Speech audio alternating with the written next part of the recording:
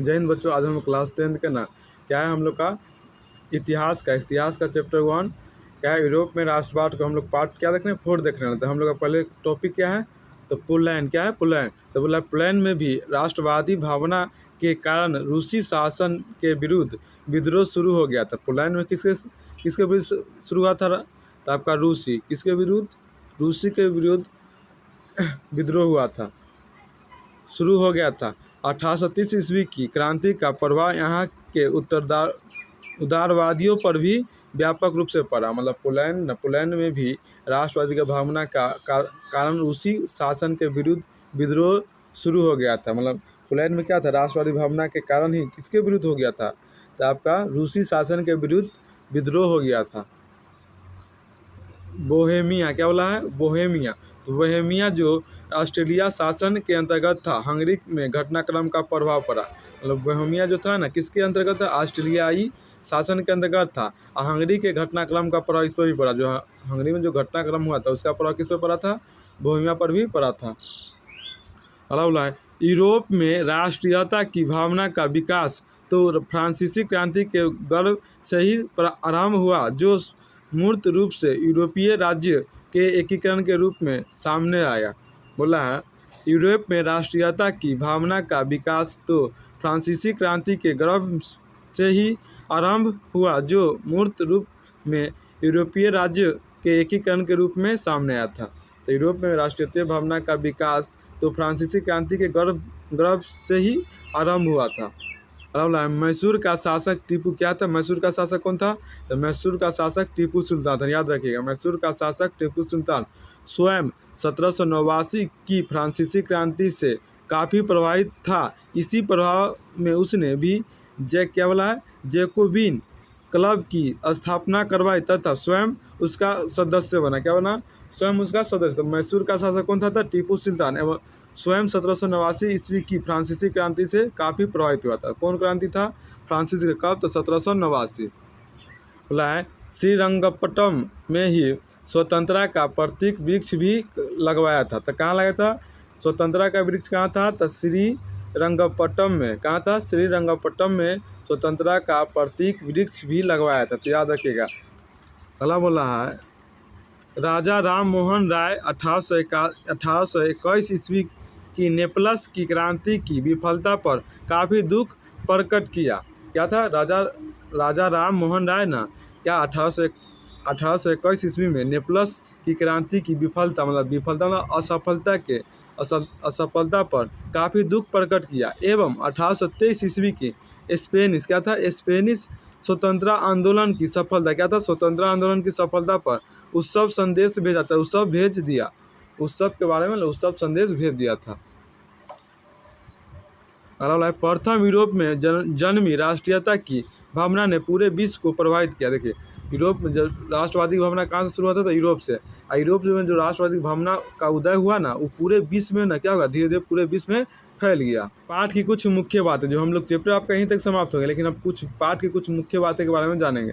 तो बोला है गणतंत्र या प्रजातंत्र फ्रांस की क्रांति की देन थी। मतलब गणतंत्र या प्रजातंत्र किसकी देन थी तो फ्रांस की क्रांति की देन थी। जुलाई 1830 ईस्वी की क्रांति के परिणाम स्वरूप फ्रांस में बुर्बोन की शासन का अंत हुआ था। याद है कि जुलाई 1830 ईस्वी की क्रांति के परिणाम स्वरूप फ्रांस में बुर्बोन शासन की अंत हो गया था। तो कब हुआ था बुर्बोन शासन का अंत, कब हुआ था 1830 ईस्वी। कब, जुलाई 1830 ईस्वी। पहला बोल रहा है 1871 ईस्वी तक इटली का एकीकरण मेजनी, काबूल, गैरिबाल्डी जैसे राष्ट्रवादी नेताओं एवं विक्टर एमेनुएल जैसे शासक के योगदान के कारण पूर्ण हुआ था। याद है 1871 ईस्वी के इटली की एकीकरण पूरा हुआ था। इसमें योगदान कौन को दिया था, मेजनी, काबूल, गैरिबाल्डी जैसे राष्ट्रवादी नेता एवं विक्टर एमेनुएल जैसे शासक ने योगदान के कारण पूर्ण हुआ था। तो इटली का एकीकरण किसके कारण पूर्ण हुआ था तो मेजनी है, काबूल है, गैरिबाल्डी जैसे। इटली का एकीकरण किसके कारण पूर्ण, मेजनी। याद रखिए किसके कारण, मेजनी। अब ज़्यादा करके ऑप्शन में आपको सिर्फ क्या रहेगा, मेजनी वाला आएगा, तो इसलिए मेजनी मारिएगा। ये सब थोड़ा कम आता है, ये वाला ज़्यादा आता है। इसमें शासक का योगदान किसका था विक्टर एमेनुएल। बोला है हीगल, कांड, हम्बोल्ट, जैकब, ग्रीन आदि ने जर्मन राष्ट्रवाद को बढ़ावा दिया। क्या बोला है, हीगल, कांड, हम्बोल्ट, जैकब, ग्रीन आदि ने जर्मन राष्ट्रवाद को बढ़ावा दिया। बोला है बिस्मार्क ने ऑस्ट्रेलिया के साथ मिलकर 1864 ईस्वी में स्लेस्विंग और हेल्स्टिंग राज्यों के मुद्दे को लेकर डेनमार्क पर आक्रमण किया। तो याद है बिस्मार्क ने ना ऑस्ट्रेलिया के साथ मिलकर 1864 ईस्वी में स्लेस्विंग और होल्स्टीन राज्यों के मुद्दे को लेकर डेनमार्क पर आक्रमण कर दिया था। बोला है राष्ट्रवाद की भावना का बीजारोपण यूरोप में पुनः जागरण के काल में हो चुका था। तो याद है राष्ट्रवाद की भावना का बीजारोपण किस काल में होता था? पुनः जागरण। किस काल में होता था?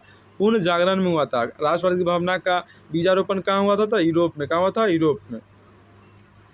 फ्रांस का चांसलर बिस्मार्क ने नेतृत्व में जर्मनी का एकीकरण पूर्ण। फ्रांस का चांसलर कौन था? बिस्मार्क के नेतृत्व में जर्मनी का एकीकरण पूरा हुआ था।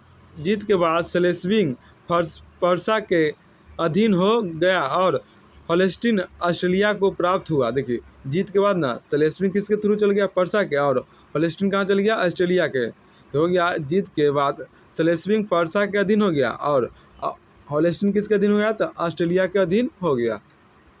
ईसाई जगत ग्रीक ऑर्थोडॉक्स तथा रोमन कैथोलिक चर्च में विभक्त था। मतलब ईसाई जगत ना ग्रीक ऑर्थोडॉक्स तथा रोमन कैथोलिक चर्च में विभक्त था। तो याद है ईसाई जगत ग्रीक था ना, किस में विभक्त था? ग्रीक ऑर्थोडॉक्स तथा रोमन कैथोलिक चर्च में विभक्त था। बोला रूस और यूनान में लोग ग्रीक ऑर्थोडॉक्स चर्च को मानते थे। रूस और यूनान के लोग थे ना, किसको मानते थे? ग्रीक ऑर्थोडॉक्स चर्च को मानते थे। आज का वीडियो हम लोग का यहीं तक। सही चैप्टर क्या होगा? द एंड हो गया। क्या हो गया? The end. इस चैप्टर का क्या होगा? द एंड हो गया। आपका चैप्टर क्या समाप्त है। उसके बाद अगला चैप्टर देखेंगे इसका। इसलिए वीडियो से तो लाइक शेयर और सब्सक्राइब जरूर कर दीजिए। वीडियो को शेयर जितना हो आप लोग अपने दोस्तों के पास शेयर कीजिए। क्या कि ना आपको यहाँ पर पूरा सिलेबस कराया जाएगा। जो सिलेबस अभी नहीं चला वो भी आपको स्टार्ट जल्दी होने वाला। चलिए वीडियो देखने के लिए बहुत बहुत धन्यवाद।